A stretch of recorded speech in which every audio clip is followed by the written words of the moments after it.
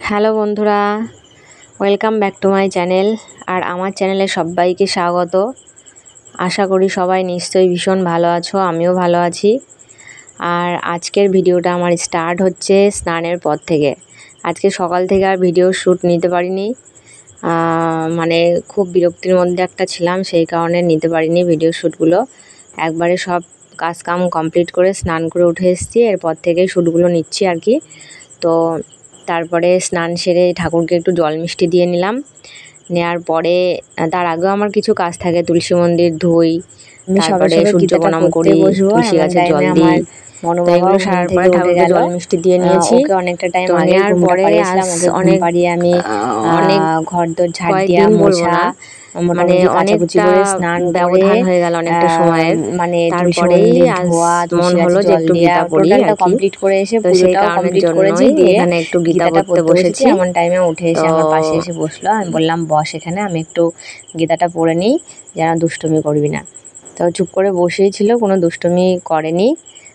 শেষের দিকে এখন কি করবে দেখো, তোমরাই দেখতে পাবে। সেটা একটু আধটু দুষ্টুমি করেছিল, তবে মানা করেছি, শুনেছে, চুপ করে বসেছিল। বুঝতে পেরেছে যে মা নিশ্চয়ই কোনো একটা আদর্শবানের মতো কাজ করছে, সেই কারণের জন্য। তো আমরা কিন্তু এই সমস্ত গীতা ভাগবত প্রায় কেউই আমরা ঠাকুরের দিকে মন দিতে চায় না বা এই সমস্ত কিছু করতে চায় না। সেটা সবাইকে বলবো না, সেটা আমিও তাই। আসলে ভালো জিনিসটার প্রতি সবার কোনো লক্ষ্য থাকে না, খারাপ জিনিসটার প্রতি সবার মনটা বেশি যায়, লক্ষ্য থাকে, এরকমটা হয়। তো এটা প্রণাম করলাম বলে ভেবো না যে আমার পড়া কমপ্লিট হয়ে গেছে। মানে ওই গুরু প্রণাম টনামগুলো থাকে আর গীতার শুরুতে যেগুলো থাকে সেগুলো পড়েই আর কি প্রণামটা করলাম। তো এবার প্রথম অধ্যায়টা পড়বো আজকে। প্রতিদিন এক অধ্যায় করে পড়বো, আজকে প্রথম অধ্যায়টা পড়বো। তো যেটা বলছিলাম আর কি, তো এই সমস্ত ভালো কাজের প্রতি কিন্তু আমরা কেউই আকৃষ্ট হয় না। সত্যি সত্যি টিকটিকি পড়ছে, এটাই হচ্ছে ব্যাপার। তা যদি হতো তাহলে তো হয়ে যেত। পৃথিবীতে এত ঝুট ঝামেলা, অশান্তি, লড়াই ঝগড়া, এত হিংসা বিবাদ, মানে কত কিছু, এত কিছু হয়তো থাকতোই না। শুধুই সেই সত্যযুগের মতো ব্যাপার হয়ে যেত। কিন্তু না, এটা তো ঘোর কলি।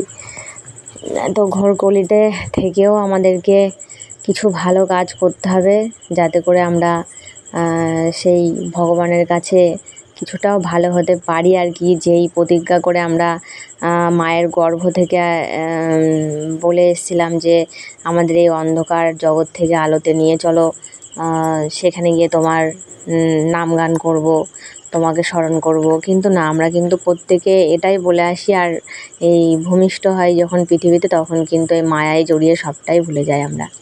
তো বিষয়টাই তাই।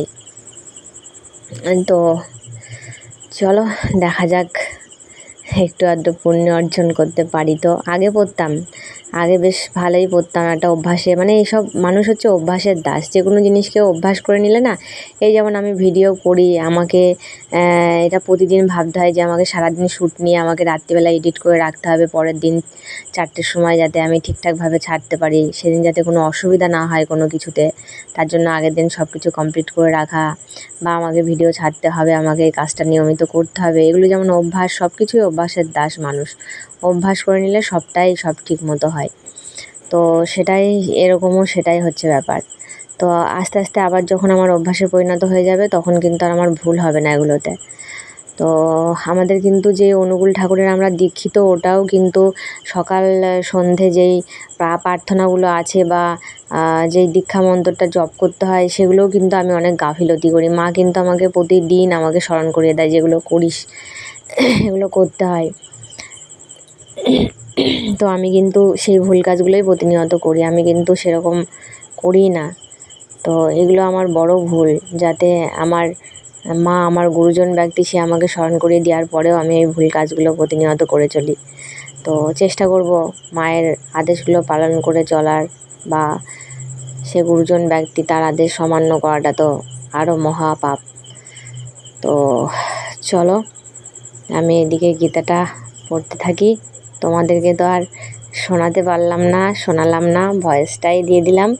পড়াটা আমি সেভাবে পড়তে পারি না, আমি অত ভালো পড়তে পারি না। যা পারি, যতটুকু পারি সেভাবেই পড়ি, তাই ভুলভ্রান্তি যা হচ্ছে সব ভগবানের কাছে মাপ চেয়ে নিয়েছি আর কি শেষে।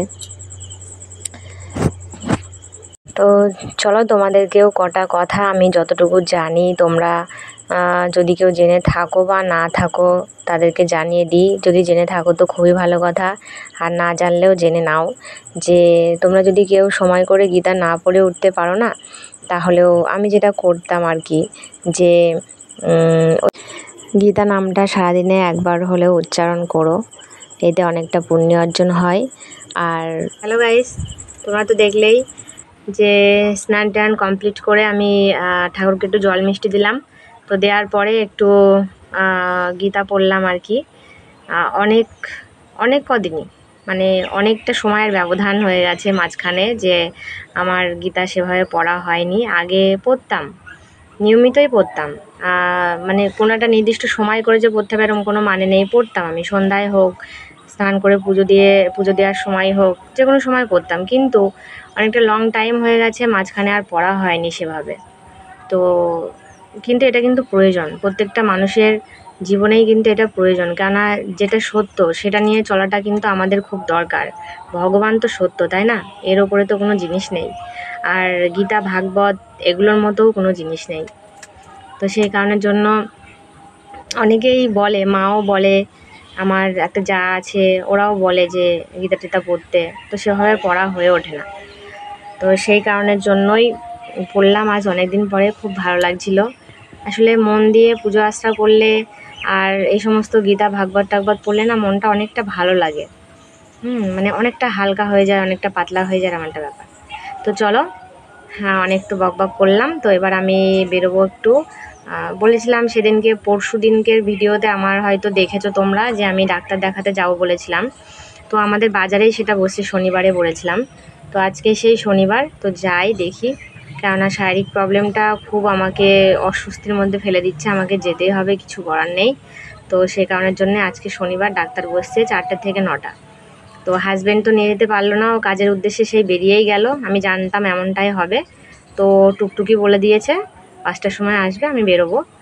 তো চলো, বাদ বাকি কথা আবার পরে হচ্ছে, আমি রেডি হয়ে নিই, কেননা সময় হতেই চললো, এখনই হয়তো চলে আসবে টুকটুকি।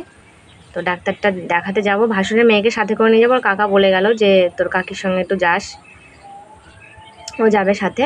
এই তো এখান থেকে এইটুকু, বেশি দূরে না আমাদের বাজার। ডাক্তারটা দেখিয়ে মোটামুটি চলে আসবো। আর ওর কিছু কাজ আছে বললো কাকি, ভালোই হলো, আমারও কিছু দরকার আছে বাজারে, সেগুলোও সেরে নেবে। তো চলো আমি রেডি হয়ে নিই, তারপরে আবার আসছি। তো এই যে বুনো আমাদের ঘরে এখানে ঘুমিয়ে গেছে, ওর মা শুয়ে দিয়ে একটু গেল, আর আমি এদিকে রেডি হচ্ছি বেরোবো বলে। অনেকটাই লেট হয়ে গেল, কেননা আমাদের লেট হয়নি, আমরা ঠিক টাইমেই বেরোতে চেয়েছিলাম, টুকটুকিওয়ালাই লেট করে দিয়েছে। তো তারপরে এদিকে চলো, দেখো চলে এসে ডাক্তার মাক্তার দেখানো কমপ্লিট হয়ে গেছে, দিয়ে আমার ভাসুরের মেয়ের যে কাজটা ছিল ওটাই ও কমপ্লিট করছিল। তো ভালো, ডাক্তারটা খারাপ না, মানে সমস্ত খুঁটিনাটি সব কিছু বিষয় জিজ্ঞাসা করছিল আর কি। তো ভালোই মনে হলো।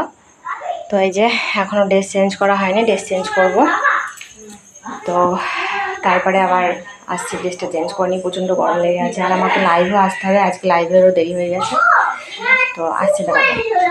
তো একবারে লাইভ টাইভ কমপ্লিট করে তারপরে আমি, হাজব্যান্ড আসতে দেরি করেছিল রাত্রিবেলায়, অনেকটাই দেরি, 10টা বেজে গেছিলো, আমি একটু ঘুমিয়ে গেছিলাম, চোখটা লেগে এসেছিলো। তো তারপরে যে এসেছে, ওর খাবার তো দেখলেই, রুটি, কাঁঠাল, পটল পুড়িয়ে মাখা না কী সব কী দিয়ে গিয়েছে ও দাদাদের ঘর থেকে, ওইগুলো খাবেও। আর ভাত করেছিলাম, যাও কেউ খায়নি, আমি কটা খেয়ে নিই। আর এই যে সেই ডাক্তারের প্রেসক্রিপশানটা তোমরা দেখো, নৌসেম রেজা। তো যাই হোক, ডাক্তারটা খুবই ভালো, আমি যতটুকু বুঝতে পারলাম আর কি। জানি না এখন ওষুধে কতটুকু কি কাজ করবে, সব কিছুই ভগবানের ওপরে ভরসা, যেন আমি এই শারীরিক সমস্যাটা থেকে মুক্তি পাই। তো এই যে আমার একটু বোঝার মনে রাখার সমস্যা থাকে বলে একটু লিখে দিতে বলেছিলাম, সেই কারণে যে লিখে দিয়েছে সেটাই দেখছিলাম আর কি, যে কখন কিভাবে খেতে হবে ওষুধগুলো।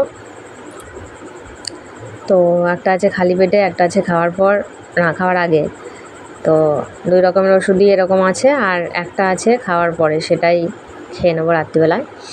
আর যেটা বলছিলাম আর কি আমি তখন, যে গীতার বিষয়ে, যে তোমরা যদি প্রতিদিন গীতা নাও পড়তে পারো, জ্ঞান মনে করেই নাও এটাকে, আর যাই মনে করো, একটা বলে রাখছি, সেটা যদি বলতে পারো প্রতিদিন, তাও তোমাদের কিছুটা পুণ্য অর্জন হবে। তো সেটা হচ্ছে গীতা গঙ্গা সাবিত্রী সীতা সত্য পতিব্রতা ব্রহ্মাবলী ব্রহ্মবিদ্যা ত্রিসন্ধ্যা মুক্তগৃহিণী অর্ধমাত্রা চিদানন্দা ভবগ্নি ভ্রান্তি নাশিনী বেদত্রয়ী পরমানন্দা তত্ত্বার্থ জ্ঞান মঞ্জুরি। এই কটা কথা যদি বলতে পারো, এটা দেখবে যে গীতা পড়ার পরে আমাদের যে গীতা মাহাত্ম্য পড়তে হয়, তো সেই মাহাত্ম্যর ওখানেই কিন্তু এই নামগুলো লেখা আছে। তোমরা দেখে নেবে, যদি মুখস্থ না হয় মুখস্থ করার চেষ্টা করবে, প্রতিনিয়ত কদিন পড়লে পারেই মুখস্থ হয়ে যাবে। তো এই যে এটাই সেই খাওয়ার পরের ওষুধ, এটাই খেয়ে নেবো। গ্যাসের জন্য না কিসের জন্য দিয়েছে বলতে পারবো না, যাই হোক হবে, তো খেয়ে নেবো এটাই। আর যেটা এই যে শ্রাবণ মাসে সবাই সবুজ চুড়ি পরছে, সেটা দেখে আমারও ইচ্ছা হলো পরতে। আমার কাচেরও আছে সবুজ চুড়ি, আর ওইগুলো টিনের না কি বলে জানি না, ভেলভেটের চুড়ি, মানে ওপরে ভেলভেট থাকে, তো 2 রকমেরই আছে। তো কাচেরগুলোই আমার বেশি পছন্দ হয়, ভেঙে যাওয়ার সম্ভাবনা অনেকটাই বেশি, তবু ভালো লাগে। তো পরবো ভাবছি, এখনই পরে নেবো। পরবো সারাদিনই মনে করেছি, কিন্তু পরা আর হয়ে ওঠেনি। ওগুলো একটু ছোটো হয় আমার হাতে, একটু হাতে স্লিপ করে পরতে হবে, সাবান টাবান কিছু একটা লাগিয়ে। তো এই যে ওষুধটা খেয়ে নিচ্ছি। আর তোমাদেরকে যেটা বললাম ওই গীতার বিষয়ে, তোমরা কিন্তু অবশ্যই ওটা করো। আর যদিও বা তোমরা গীতা পড়ো, প্রতিদিনে 1 অধ্যায় করে পড়ো। প্রথমে যেগুলো থাকে সেগুলো পড়ে নেবে, গরুর প্রণাম মন্ত্র পড়ে নেবে, গীতার 1 অধ্যায় করে পড়বে। আর গীতা মাহাত্ম্যটা অবশ্যই পড়ো, মাহাত্ম্য না পড়লে পারে কিন্তু গীতা পড়াটাই সম্পূর্ণ বৃথা হয়ে যাবে। তো জ্ঞান মনে করো, যাই মনে করো, খারাপ মনে করো, ভালো মনে করো, বললাম। যদি ইচ্ছা হয় করো তোমরা, না ইচ্ছা হলেও করো না, জোর নেই, জুলুমও নেই। তো এই হচ্ছে ব্যাপার। এই ওষুধগুলোই খাওয়ার আগে যেটা বলছিলাম, ওই বোতলে জলের মতো যেটা, ওটাও সকালে খালি পেটে, আর যেগুলো দানা ওষুধ দিয়েছে ওগুলোও খাওয়ার পরে। তো এই দুটোর একটাও আর আমার খেয়াল নেই, খাওয়ার আগে খেয়ে নেওয়া উচিত ছিল। আমি আগে ওষুধটা দেখিনি, মানে দেখে নিয়ে আর কি, মানে আমার খাওয়ার আগে অবশ্যই দেখে নিয়ে তারপরে ভাতটা খাওয়া উচিত ছিল, তাহলে ওষুধটা খাওয়ার আগে ঠিকমতো পেটে পড়তো আর কি।